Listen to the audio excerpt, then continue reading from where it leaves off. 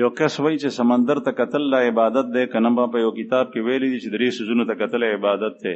د مور او پلار مخ ته کتل، قرآن پاک ته کتل او سمندر ته کتل. عبادت جدا شی دی او قرب دا جدا شی دی، تقربات و ناراضي. د مور او پلار مخ ته چې ګوري نو دا عبادت براه راست د الله بندگی نه ده، لیکن ښه عمل لی خو چې په ښه نظر باندې ګوري چې دا زما د پیدایش ذریعه ده، او مور او پلار ته د ترحم او شفقت په نظر باندې ګوري. او قرآن کریم ته کتل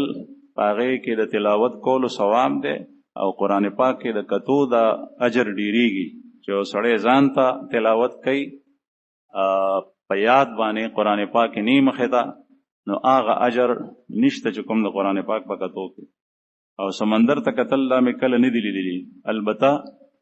الله جل شانه په کائناتو کې غور او فکر کول قرآن پاک کې د دې چیز امر دی. قرآن کریم کې الله پاک فرمایي الذين يتفكرون في خلق السماوات والارض ربنا ما خلقت هذا باطلا. د مؤمن او د خيار او عقلمن سړي کار دا دی چې د الله پاک په کائناتو کې یعنی اسمانونو کې او ځمکو کې غور او فکر کوي.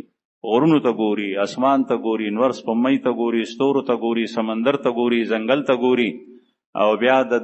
زړه کې خیال او توجه الله تعالی شي چې زما رب د دې سيزونو خالق دی، د په زړه باندې د الله جل شانو معرفت پرانستی شي نو په دې باندې اجر دی.